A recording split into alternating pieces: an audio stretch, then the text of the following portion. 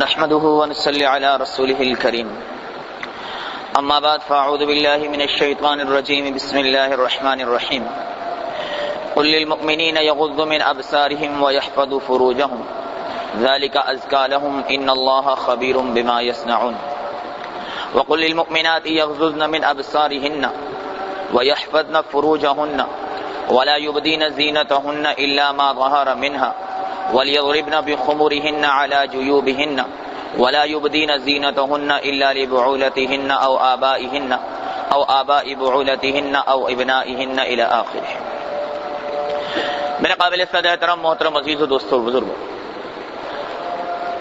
آج میں آپ حضرات کی توجہ ہمارے معاشرے میں پھیلے ہوئے ایک ایسے گناہ، بلکہ میں یہ کہوں گا کہ ہمارے معاشرے میں پھیلی ہوئی ایک ایسی برائی کی طرف دلانا چاہوں گا کہ جس نے میرے محترم عزیزوں آج ہمارے پورے کے پورے معاشرے کو اپنی لپیٹ میں لے لیا ہے، اور وہ ایسا گناہ اور برائی ہے کہ جس میں صرف بے دین لوگ نظر نہیں آتے، بلکہ اچھے خاصے دیندار لوگ، وہ لوگ جو کثرت سے مسجدوں میں نظر آتے ہیں، وہ لوگ جو روزوں کے پابند ہیں، وہ لوگ بھی اس گناہ سے اپنے آپ کو بچا نہیں پا رہے ہیں۔ اور وہ گناہ جو ہے میرے محترم عزیزوں، وہ گناہ ہے بد نظری کا گناہ۔ آج بد نظری کا گناہ اتنا زیادہ عام ہو گیا ہے کہ اس نے پورے کے پورے معاشرے کو اپنی لپیٹ میں لے لیا ہے۔ میرے محترم عزیزوں، آج آدمی اپنے گھر سے ذرا باہر نکلے تو اس کا اپنی نظر تو نظر اپنا ایمان بچانا بھی انتہائی درجہ مشکل ہو چکا ہے۔ بے پردگی اور بے حیائی کی ایسی ایسی تصاویر آج ہماری دیواروں پر آویزاں ہیں، اور بے پردگی اور بے حیائی کی ایسی ایسی چیزیں آج ہمارے فرمایا کہ دکانوں اور اسٹوروں پر موجود ہیں کہ انسان چاہتے ہوئے بھی اپنی نظر کی حفاظت نہیں کر سکتا ہے۔ اور میرے محترم عزیزوں، یاد رکھیے گا کہ جو آدمی اپنی نظر کی حفاظت نہیں کرتا تو یہ بد نظری جو ہے یہ انسان کے نفس کی اصلاح کے اندر سب سے بڑی رکاوٹ ہے۔ یہ بد نظری جو ہے میرے محترم عزیزوں انسان کو نیکی سے دور کرنے والی ہے۔ یہ بد نظری جو ہے میرے محترم عزیزوں یہ انسان کو اللہ تبارک و تعالی کی ذات سے تعلق کے توڑنے کا ذریعہ بن جاتی ہے۔ اور یہ بد نظری جو ہے میرے محترم عزیزوں یہ انسان کے باطن کو تباہ و برباد کر کے رکھ دیتی ہے۔ اس لیے جناب نبی کریم صلی اللہ علیہ وآلہ وسلم نے ارشاد فرمایا کہ النظر سہم مسموم من سہام ابلیس، کہ یہ جو نظر ہے یہ فرمایا کہ شیطان کے زہر آلودہ تیروں میں سے ایک تیر ہے۔ جب یہ کسی چیز پر پڑتی ہے تو اس کا عکس اپنے دل میں لے لیتی ہے۔ اس لیے آپ صلی اللہ علیہ وسلم نے فرمایا کہ جب تمہاری نظر غلط دیکھے گی تو اس کی وجہ سے تمہاری زبان جو ہے وہ غلط بولنا شروع کر دے گی، اور جب تمہاری زبان غلط بولے گی تو اس کی وجہ سے تمہاری کان جو ہے وہ غلط سننا شروع کر دیں گے، اور جب تمہارے کان غلط سنیں گے تو پھر تمہارے دل اور دماغ کے اندر برائی اور برائی کے خیالات جو ہے وہ جنم لینا شروع کر دیں گے۔ اس لیے میرے محترم عزیزوں ہر ایک ایمان والا مسلمان یہ کوشش کرے کہ وہ اپنی نظر کو جو ہے نامحرم عورتوں پر پڑنے سے، اور ہر ایمان والی عورت یہ کوشش کرے کہ وہ اپنی نظر کو نامحرم مردوں پر پڑنے سے بچانے والی بن جائے۔ اس لیے کہ اللہ کا قرآن جہاں ایمان والے مردوں کو کہتا ہے کہ قل للمؤمنین یغضوا من ابصارہم، کہ ایمان والوں اپنی نظروں کو نیچا رکھو، وہیں اللہ کا قرآن ایمان والی عورتوں کو بھی کہتا ہے وقل للمؤمنات یغضضن من ابصارہن، کہ ایمان والی عورتوں تم اپنی نگاہوں کو نیچا کرنے والی بن جاؤ۔ میرے محترم عزیزو دوستو اور بزرگوں، اس بد نظری کے بہت زیادہ نقصانات ہیں۔ ایک فرمایا کہ کیمیائے سعادت کے اندر ایک قصہ لکھا ہے، فرمایا کہ ایک اللہ والے کا انتقال ہو گیا، اور انتقال کے بعد جب کسی اپنے دوست کے فرمایا کہ خواب کے اندر آئے تو انہوں نے پوچھا کہ ما فعل اللہ بک، ارے بھائی اللہ تعالیٰ نے تیرے ساتھ کیا معاملہ کیا؟ وہ کہنے لگا کہ مرنے کے بعد مجھے اللہ کے دربار میں کھڑا کیا گیا، اور اللہ تبارک و تعالیٰ نے مجھ سے میرے گناہوں کے سبب پوچھنا شروع کر دیا۔ فرشتے جس گناہ کا سوال کرتے میں اس گناہ پر ندامت اور شرمندگی کے ساتھ اقرار کرتا، اللہ تعالیٰ اس گناہ کو معاف کر دیتا۔ پھر میرے سے ایک گناہ کا سوال کیا جاتا، پھر میں ندامت اور شرمندگی کے ساتھ اقرار کرتا، اللہ معاف کر دیتا۔ کرتے کرتے کرتے میرے کئی گناہوں کو اللہ نے معاف کر دیا، لیکن اس کے بعد فرشتوں نے مجھ سے ایک سوال کیا جس کا جواب دینے کے لیے میری زبان میں الفاظ نہیں تھے، میں نے اپنی نظر کو شرمندگی کے ساتھ جھکا دیا۔ فرشتوں نے پھر سوال کیا، پھر میں نے نظر جھکا دیا۔ فرشتوں نے جب تیسری بار سوال کیا تو اللہ کو جلال آیا، اور اللہ کے جلال کی وجہ سے میرے چہرے کا چمڑا اور گوشت سارا کا سارا گر کے نیچے گر گیا۔ اس نے پوچھا بھائی وہ کون سا گناہ تھا؟ فرمایا کہ وہ بد نظری کا گناہ تھا۔ کہ میں اللہ تبارک و تعالیٰ کو اپنے ہر گناہ کا جواب دے سکا، ہر گناہ کے بارے میں اللہ کے آگے شرمندہ اور نادم ہوا، لیکن جو میں نے بد نظری کی تھی، جو میں نے دوسرے کی بہن بیٹی پر غلط نظر ڈالی تھی، اللہ تعالیٰ کے سامنے کھڑے ہو کر میں اس کی ندامت اور شرمندگی کا بھی اظہار نہ کر سکا۔ اور سب سے بڑھ کر میرے محترم عزیزوں، جو کوئی مرد ہو یا عورت، جب وہ نامحرم مرد یا نامحرم عورت کی طرف نظر اٹھاتا ہے تو اللہ تبارک و تعالیٰ روز قیامت اس کو یہ سزا دیں گے کہ اپنے دیدار سے اس کو محرومی عطا فرما دیں گے۔ اس لیے میرے محترم عزیزوں کہ جو نظر آوارہ ہوتی ہے اور جو نظر نامحرم مردوں اور عورتوں پر پڑھ کر فرمایا غلیظ ہو جاتی ہے، ایسی غلیظ نظر اللہ نور السماوات والارض، وہ اللہ جو زمین اور آسمان کا نور ہے، اس نور والی رب کو فرمایا یہ نظر جو ہے وہ دیکھ نہیں سکتی۔ اس لیے میرے محترم عزیزوں دوستوں اور بزرگوں، اس بد نظری سے بچنا انتہائی درجہ ضروری ہے۔ اب اس بد نظری کی وجوہات کیا ہے؟ تو سیدھی سی بات ہے میرے محترم عزیزوں، اس بد نظری کی سب سے بڑی جو وجہ ہے وہ آج ہمارے معاشرے کے اندر پھیلی ہوئی بے پردگی اور بے حیائی ہے۔ اس فرمایا بد نظری کی سب سے بڑی جو وجہ ہے، آج وہ فرمایا بہن بیٹیاں ہیں جو اپنی فرمایا زیب و زینت کو نامحرم مردوں کے سامنے ظاہر کرنے کے لیے گھر سے نکلتی ہیں۔ تو سنیں اور دل کے کانوں سے سنیں، ایک مرتبہ سیدہ فاطمہ الزہرا رضی اللہ تعالی عنہا اور سیدنا علی بن طالب رضی اللہ تعالی عنہ آپ صلی اللہ علیہ وسلم کے حجرہ مبارک میں تشریف لیں۔ آپ رضی اللہ تعالی عنہ فرماتے ہیں کہ جب ہم اللہ کے رسول کے حجرہ مبارک میں گئے تو اللہ کے رسول ہچکیاں لے لے کے زور زور سے رو رہے تھے۔ آپ صلی اللہ علیہ وسلم کے چہرے پر اداسی چھائی ہوئی تھی۔ حضرت علی بن طالب رضی اللہ تعالی عنہ نے پوچھا کہ میرے ماں باپ آپ پر قربان یا رسول اللہ، آپ کو کس چیز نے رلایا؟ آپ صلی اللہ علیہ وسلم نے فرمایا کہ علی، میں نے معراج کے موقع پر اپنی امت کی عورت کو ایک عذاب کے اندر مبتلا دیکھا تھا، آج بیٹھے بیٹھے مجھے اس عذاب کا خیال آیا تو اس عذاب کی وحشت اتنی زیادہ تھی، وہ اتنا خوفناک عذاب تھا کہ میں اسے سوچ کے رو رہا ہوں کہ اگر میری امت کی کوئی عورت اس عذاب کے اندر مبتلا ہو گئی تو وہ اس عذاب کو برداشت نہ کر سکے گی۔ حضرت فاطمہ الزہرا رضی اللہ تعالی عنہا نے بے چین ہو کر پوچھا ابا جان وہ کیا عذاب تھا؟ فرمانے لگے کہ میں نے جہنم کے اندر دیکھا کہ ایک فرشتے نے ایک عورت کو اس کے بالوں سے پکڑ کر جہنم کی آگ کے اندر لٹکایا ہوا ہے، اور جہنم کی آگ کی تپش کی وجہ سے اس عورت کا جو دماغ ہے وہ اس کی کھوپڑی کے اندر ایسے ابل رہا ہے جیسے ہنڈیا کے اندر سالن ابلتا ہے۔ حضرت فاطمہ الزہرا رضی اللہ تعالی عنہ بے چین ہوئی، کہا ابا جان آخر اس عورت نے ایسا کیا گناہ کیا تھا؟ آپ صلی اللہ علیہ وسلم نے فرمایا کہ وہ عورت ننگے سر اپنے گھر میں اور ننگے سر بازاروں کے اندر سرعام پھرا کرتی تھی۔ میرے محترم عزیزوں دوستوں اور بزرگوں، اللہ تبارک و تعالیٰ نے اتنی سخت وعید اپنے نبی کی زبانی بلکہ اپنے نبی کو دکھا کر اس امت کی بہن بیٹیوں کو سمجھا دیا کہ دیکھو آج تھوڑا سا گھی کا تڑکا لگ جائے تو سارا دن سی سی کرتی رہتی ہو، کہیں برنال کہیں ٹوتھ پیسٹ لگا کر اس کو ٹھنڈک پہنچانے کی کوشش کی جاتی ہے۔ وہاں تو فرمایا نہ برنال ہوگا نہ فرمایا کہ ٹوتھ پیسٹ ہوگا، وہاں تو اللہ تبارک و تعالیٰ کی رحمت کے سوا کوئی ٹھنڈک نہیں ہوگی، اور وہ اسی انسان کو ملے گی، اسی مرد اور عورت کو میسر آئے گی جو اپنی نظر کو اللہ کی رضا کے لیے جھکانے والا بن جائے گا۔ ارے میرے محترم عزیزوں، ان نامحرم عورتوں کو دیکھ کر تو ہمیشہ ہم نے اپنی نظر کو ٹھنڈا کیا ہے۔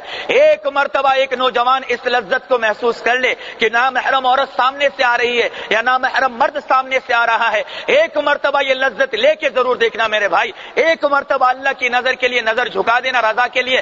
نفس پریشر مارے گا یار ایک بار دیکھ لے، تو کہنا نہ اللہ نے منع کیا، وہ لذت اللہ تعالیٰ آپ کے دل کے اندر اتار دے گا کہ پھر زندگی بھر کسی نامحرم کو دیکھنے کا موقع نہیں ملے گا۔ اور انعام کیا ملے گا؟ آپ صلی اللہ علیہ وآلہ وسلم نے فرمایا کہ اگر کوئی آدمی گناہ پر قدرت رکھنے کے باوجود گناہ نہ کرے، اگر کوئی آدمی گناہ پر قدرت رکھنے کے باوجود گناہ نہ کرے، میں ذرا اس کو کھول کر یوں بیان کروں گا کہ اگر کسی کے سامنے کوئی نامحرم عورت آئے یا نامحرم عورت کے سامنے نامحرم مرد آئے، خواہ وہ تمہارا منگیتر ہی کیوں نہ ہو، نامحرم ہے، نامحرم ہے، نامحرم ہے منگیتر، کوئی فرمایا اس کا حق نہیں ہے اس عورت کے اوپر، اور عورت کا کوئی حق نہیں ہے اس مرد کے اوپر، نہ ٹیلی فون کے ذریعے گفتگو کرنے کا، نہ اسے دیکھنے کا، نہ اس سے بات کرنے کا، کوئی اختیار نہیں ہے۔ فرمایا ایک مرتبہ جو آدمی نظر یوں جھکا لے، اس نظر جھکانے کے وقت اللہ سے جو مانگے گا اللہ تعالیٰ اسے وہ عطا فرما دے گا۔ میرے محترم عزیزوں دوستوں اور بزرگوں، اللہ تبارک و تعالیٰ کی ذات تو اتنی دینے والی ہے، اس لیے فرمایا آپ اللہ تبارک و تعالیٰ نے ان عورتوں کو کہ تم اپنی نظروں کو جھکائے رکھو، اور قرآن عظیم الشان کو کھول کر دیکھیں تو اللہ تبارک و تعالیٰ نے ایک ہی فرمایا مقام کے اوپر ایک ہی رکوع کے اندر عورتوں کو 6 حکم عطا فرمائے ہیں۔ نمبر 1 وقرن فی بیوتکن، اپنے گھروں کے اندر عزت کے ساتھ، قرار کے ساتھ اور اکرام کے ساتھ بیٹھی رہو. ولا تبرجن تبرج الجاہلیت الاولی، اور فرمایا کہ زمانہ جاہلیت کی عورتیں جس طرح باہر پھرا کرتی تھی ایسے تم اپنے آپ کو باہر پھرانے والی نہ بنو. ولا یبدین زینتہن، اور اپنی زینت کی جگہوں کو فرمایا نامحرم مردوں کے سامنے ظاہر نہ کرو. ولیضربن بخمورہن ولیضربن بارجلہن، اور اپنے پیر کو اتنی زور سے زمین پہ نہ مارو، اپنی ایری کو ٹک ٹک ٹک ٹک کر کے نہ چل کہ ہر فرمایا مرد نہ چاہتے ہوئے بھی تیری طرف متوجہ ہو جائے اور تیری مخفی فرمایا جو چیزیں وہ کھل کر سامنے ہو جائیں. اور فرمایا فلا تخضعن بالقول، اور کسی کے ساتھ نرمی کے ساتھ بات نہ کرنا، حتیٰ کہ عورتوں کو حکم ہے، عورت کو حکم ہے کہ اگر گھر میں ٹیلی فون آیا اس نے اٹھا دیا، سامنے نامحرم ہے، اسے سلام کا بھی جواب نہیں دینا چاہیے اور سخت انداز میں ذرا دبے فروب والے الفاظ میں بات کر کے اسے فارغ کر دینا چاہیے. گھر کے اندر مرد موجود نہیں، کوئی نامحرم آدمی دروازے پر آ گیا، اسے دروازہ نہیں کھولنا چاہیے، دروازے کے پیچھے سے ہی سختی سے جواب دینا چاہیے. اس لیے کہ فرمایا سب سے پہلے جو میلان کا ذریعہ بنتا ہے وہ نرمی سے بات کرنا بنتا ہے. یہ بات فرمایا ایسی چیز ہے جو انسان کو قریب لاتی ہے. دیکھیے موسیٰ علیہ السلام کلیم اللہ تھے، اللہ سے کلام کیا کرتے تھے، اتنی بات کی کہ دل میں اشتیاق ہوا میں اللہ کو دیکھ ہی لوں. اس لیے جو بات کرنا ہے یہ دیکھنے کا ذریعہ بنتا ہے، اس پہلے ہی زینے کو توڑ دینا ہے. اور آخر میں اللہ تبارک و تعالیٰ نے فرمایا قل للمؤمنات یغضضن من ابصارہن، ایمان والی عورتوں سے کہہ دو کہ اپنی نگاہوں کو نیچا رکھنے والی بن جائیں. اس لیے میرے محترم عزیزو دوستو اور بزرگوں، آپ صلی اللہ علیہ وسلم نے فرمایا کہ فرمایا کہ دین کے لیے ہر نبی کا جو اسلام ہوا کرتا تھا اس کے لیے ایک خاص عادت ہوا کرتی تھی. اللہ نے ہر نبی کو ایک خاص وصف عطا فرمایا تھا، وخلق الاسلام الحیا، اور دین اسلام کا جو خاص وصف ہے وہ حیا ہے. اور آپ صلی اللہ علیہ وسلم نے ارشاد فرمایا الحیاء شعبۃ من الایمان، حیا جو ہے وہ ایمان کے شعبوں میں سے ایک شعبہ ہے. لہذا جس عورت کے اندر حیا نہیں، جو عورت بے حیا اور بے پردہ بن کر چلتی ہے، میرے محترم عزیزو اس عورت کا ایمان بھی کامل نہیں ہے. حکم فرمایا قرآن نے قل للمؤمنین یغضوا من ابصارہم، اپنی نگاہوں کو نیچا رکھو. آج کی عورت نے ایسا لباس بےہودہ اپنا لیا میرے محترم عزیزوں کہ پنڈلیوں تک تو ان کے پائچے ہوتے ہیں. نہ نظر جھکا کر فرمایا نظر کی حفاظت ہو سکتی ہے، نہ نظر اٹھا کر ایمان کی اور نظر کی حفاظت ہو سکتی ہے. میرے محترم عزیزوں یاد رکھیے گا یہ گھر کے مردوں کی ذمہ داری ہے کہ وہ اپنی عورتوں کو پابند کریں ایسے بےہودہ لباس پہننے سے. اور جب بہن بیٹیاں باہر نکلیں پہلا درجہ تو یہ ہے با پردہ ہو کر فرمایا پورے پردے کے ساتھ نکلیں. دوسرا درجہ یہ کہ کم سے کم برقع پہن کر اسکارف ڈال کے نکلیں، ورنہ آخری درجہ چادر کا ہے کہ اس سے کم میں تو راضی نہیں ہونا چاہیے. آج میرے محترم عزیزوں دوستوں اور بزرگوں، ہماری بہنیں، ہماری بیٹیاں، ہماری بیویاں ایسے بےہودہ لباس پہن کر ہمارے سامنے سے چلی جاتی ہیں. ہمت نہیں ہے، بلکہ میں کہوں گا ایمان نہیں ہے ہمارے اندر وہ کہ اس کا ہاتھ پکڑ کے بٹھائیں کہ یہ لباس پہن کر باہر مت جا. اور کیوں نہ جاؤں؟ اور اس لیے نہ جا کہ میرے محبوب صلی اللہ علیہ وسلم کا فرمان ہے، سنو مردوں، میرے محبوب صلی اللہ علیہ وسلم کا فرمان ہے کہ جب کسی فرمایا شوہر کی بیوی یا کسی بھائی کی بہن یا کسی باپ کی بیٹی بے پردگی کی حالت میں گھر سے باہر نکلتی ہے اور حال یہ ہے کہ گھر کا مرد اس پر راضی ہے، وہ عورت جتنے قدم زمین پر رکھتی ہے اللہ تعالیٰ اتنے محلات اس مرد کے لیے جہنم کے اندر بناتا جاتا ہے. بڑا سخت معاملہ ہے میرا محترم عزیزوں، اور ہم نے اس کو اتنا آسان سمجھ رکھا ہے. اب میں پوچھوں تو جواب یہی ملے گا کہ جی عورتیں ہمارے قابو میں نہیں. اور کیسے نہیں؟ الرجال قوامون علی النساء، اللہ کا قرآن کہتا ہے کہ مرد جو ہے وہ عورت پر حاوی ہے، لیکن مرد تو ہو. اس کی کیا وجہ بتائی؟ دو وجوہات ہیں میری نظر کے اندر. آج عورت جو غالب ہے اور مرد جو مغلوب ہے اس کی دو وجوہات ہیں. کون غیرت والا بھائی چاہے گا کہ میری بہن جو ہے وہ بےہودہ لباس پہنے؟ کون غیرت والا باپ چاہے گا کہ میری بیٹی بےہودہ لباس پہنے؟ اور کون غیرت والا شوہر چاہے گا کہ میری بیوی بےہودہ لباس پہنے؟ لیکن غیرت ہی نہ ہو تو کیا کریں، حیا ہی نہ ہو تو کیا کریں، ایمان ہی نہ ہو تو کیا کریں، شرم ہی نہ ہو تو کیا کریں؟ تو علماء نے فرمایا دو وجوہات ہیں. پہلی وجہ، جہاں مرد نکھٹو ہوتا ہے اور عورت کمانے لگتی ہے وہاں عورت سرکش ہو جاتی ہے، بلکہ شیطان ہو جاتی ہے، اور عورت وہی کرتی ہے جو اس کے دل اور دماغ کے اندر آتا ہے. اور دوسری وجہ میرے محترم عزیزوں، مانا کہ مرد کمانے والا ہے لیکن وہ مرد خود کتنا بے حیا ہو چکا ہے، اس مرد کی خود کی نظر سے کسی کی بہن بیٹی نہیں بچتی، اس لیے اسے اپنی بہن بیٹی کا بیہودہ لباس نظر ہی نہیں آتا ہے۔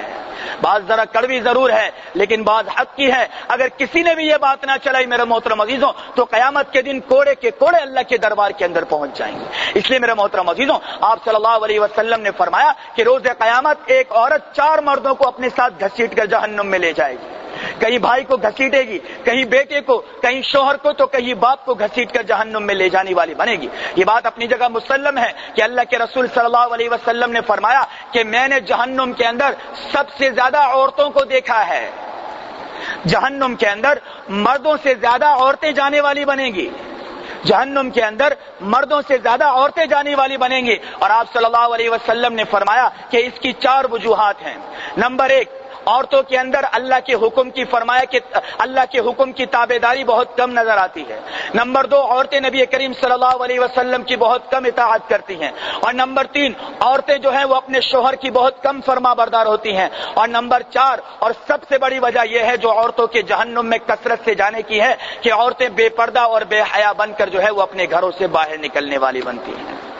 جب ایک عورت بے پردہ بن کر نکلتی ہے میرے محترم عزیزوں، یقین جانیے کہ زمین کے جس حصے پر قدم رکھتی ہے وہ اس عورت پر لعنت کرتا ہے، جس درخت کے نیچے سے گزرتی ہے اس کا ہر پتا اس عورت پر لعنت کرتا ہے۔ اور سن لیجئے اور دل کی کانوں سے سن لیجئے، جو دور سے آئے ہیں جا کر بتا دینا، اور جو بہن بیٹیاں سن رہی ہیں وہ سنیں کہ فرمایا جب کوئی عورت بے پردہ بن کر گھر سے باہر نکلتی ہے، جتنے نامحرم مردوں کی نظر اس پر پڑتی ہے، اللہ تعالیٰ اس عورت کے شوہر کے دل سے اس کی محبت کو اتنا ہی کم کرتا چلا جاتا ہے۔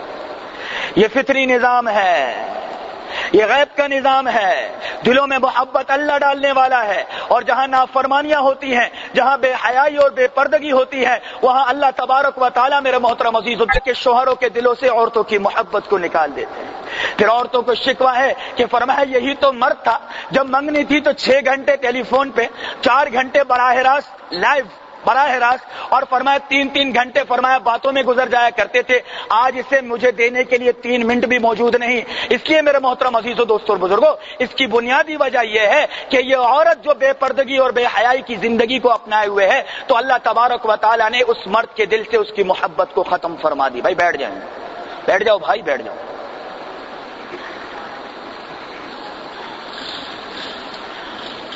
2 صفحے 3 صفحے اتنا لمبا چل کے آنا ہے۔ تو میرے محترم عزیزوں، دوستوں اور بزرگوں، اس فرمایا کہ گناہ سے بچنا اشد ضروری ہے۔ یاد رکھیے گا، کوئی مرد ہے یا کوئی عورت ہے، اللہ تبارک و تعالیٰ کے احکامات دونوں کے لیے برابر سرابر ہیں۔ کوئی مرد بد نظری کرے گا تو کیسا عذاب ہوگا، یہ میرے محترم عزیز اللہ تبارک و تعالیٰ نے فرمایا کہ یہ قصے بیان فرما دیے اپنے اولیاء کرام کی زبانوں سے۔ تذکرۃ الاولیاء ایک کتاب ہے، اس نے بڑا عجیب قصہ نقل کیا ہے۔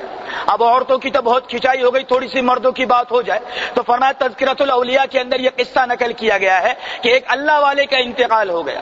وہ اللہ والا پل صراط پر سے گزر کر جانے لگا تو فرمایا کسی کے خواب میں اس کی زیارت ہوئی، دیکھا تو ایک طرف چہرہ بڑا نورانی اور دوسری طرف چہرہ بالکل سیاہ ہے۔ اس اللہ والے سے فرمایا کہ اس خواب میں دیدار کرنے والے نے پوچھا کہ بھائی یہ کیا معاملہ ہے، ایک طرف تیرا چہرہ اتنا نورانی اور دوسری طرف بالکل سیاہ ہے؟ کہا بات یہ ہے کہ بھائی جب میں پل صراط پر سے گزر کر جانے لگا تو جہنم میں سے ایک فرما اژدہا نکلا اور اس نے میرے منہ پہ پنجہ مار کر کہا یہ سزا ہے تیرے اس گناہ کی جو تو نے دنیا میں ایک بار بد نظری کی تھی، اگر تو اس سے زیادہ بد نظری کرتا تو اللہ تعالیٰ ہر بد نظری کے بدلے میں تجھے اتنا ہی عذاب عطا فرماتا۔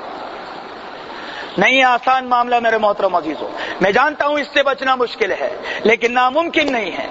اب مولوی صاحب اتنا لمبا چوڑا معاملہ کیا ہے، اس کا علاج کیا ہے؟ بڑا آسان علاج ہے، اس کا علاج ہے خوف خدا۔